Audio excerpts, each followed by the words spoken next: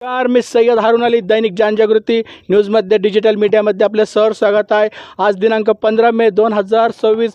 आज आपण सिल्लोड तालुक्यातील मोडा बुद्रुक शिवारामध्ये शेतकऱ्याच्या बांधावर आलेलो आहे. इथं आपण पाहिलं तर हे शेतकरी आपल्यासोबत आहे. PK जाधव साहेब, पण कडुबा तुकाराम जाधव यांची नात आपल्यासोबत आहे. 10वी आता महाराष्ट्र राज्य माध्यमिक उच्च माध्यमिक शिक्षण मंडळाचा आताच 10वीचा निकाल जाहीर झालेला आहे. आणि ही ताई शेतात काम करून, कापूस वेचणी करून, मकाची सोंगणी करून त्यांनी शिक्षण घेतलं आणि प्रथम श्रेणीत पास झालेली आहे.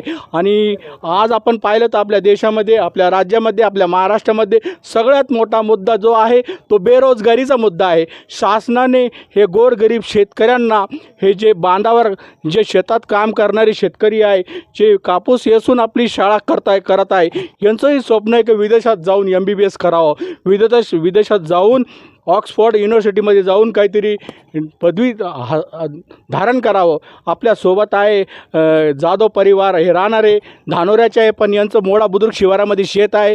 गट नंबर 385 387मध्ये आपण उभे आहे. ताईचं विचार काय भैया. ताई नमस्कार, आपलं स्वागत आहे. ताई तुझं नाव काय? मनीषा पंढरनाथ जाधव. बरं ताई, 10वी कोणत्या शाळेतून पास झाली माय? संत एकनाथ प्राथमिक विद्यालय. किती टक्के बेटा तुला? 85. शेतात काम करून तू अभ्यास केला बेटा? हो. आता तुझं पुढं काय तुझं? इंजिनिअरिंग करायची बेटा आहे ना? 11वी सायन्स 12वी सायन्स नंतर JEE देऊन. हो हो. अच्छा, म्हणजे महाराष्ट्र शासनाने महाराष्ट्र राज्याचे कर्तव्यदक्ष मुख्यमंत्री सन्माननीय देवेंद्र फडणवीस साहेबांनी आज जे गोरगरीबचे विद्यार्थी आहे यांना सहकार्य करावं, शिष्यवृत्ती द्यावी. यांचंही एक स्वप्न आहे की यांना अडकिती पार दिवे लावायला पाहिजे आणि यांनी शिक्षण घेऊन हे पुढं काहीतरी देशाची प्रगती, हे देशाचं भविष्य आहे. आजचे जे मुलं आहे देशाचे भविष्य आहे. भैया तुम्हाला कसं वाटतं मुलगी पास झाली तर? चांगलं वाटतं. किती टक्के? तुमचं काय पुढं शिकवायचं? पुढे इंजिनिअरिंग करायचं. हे 85% दिलं. बरं, चांगलं आहे. मामा तुमचे अभिनंदन. तुमचं हो, अभिनंदन. कसं आहे, तुम्हाला काय वाटतं? तुम्हाला? आम्हाला वाटतं चांगली मोठी डॉक्टरिंग इंजिनिअरिंग व्हाव. अच्छा. आम्ही शिकवायचा प्रयत्न, मुलांनी आम्ही प्रयत्न करूच, तिला शिकायला पैसा लावू. बरं. त्यांचे काका ज्ञानेश्वर पाटील जाधव साहेब, तुम्हाला काय वाटतं, बोलावं तुम्हाला?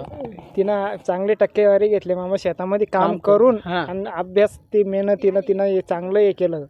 शाळेत पण चांगली हुशार आहे. सहकार्य करावं घरच्या लोकांनी. माझी एवढी इच्छा आहे तिला पुढे शिकवा आणि काही की लागा तिना. हे आपल्या सोबत होत्या मनीषा पंढरीनाथ जाधव यांनी प्रथम श्रेणीमध्ये हे पास झाले आणि चांगल्या गुणवत्ताने हे पास झाली विद्यार्थिनी. यांचं मनापासून डिजिटल मीडिया जनजागृती करून मी अभिनंदन करतो आणि यांना मनापासून हार्दिक शुभेच्छा देतो. मी पुन्हा येईल. जय हिंद, जय महाराष्ट्र.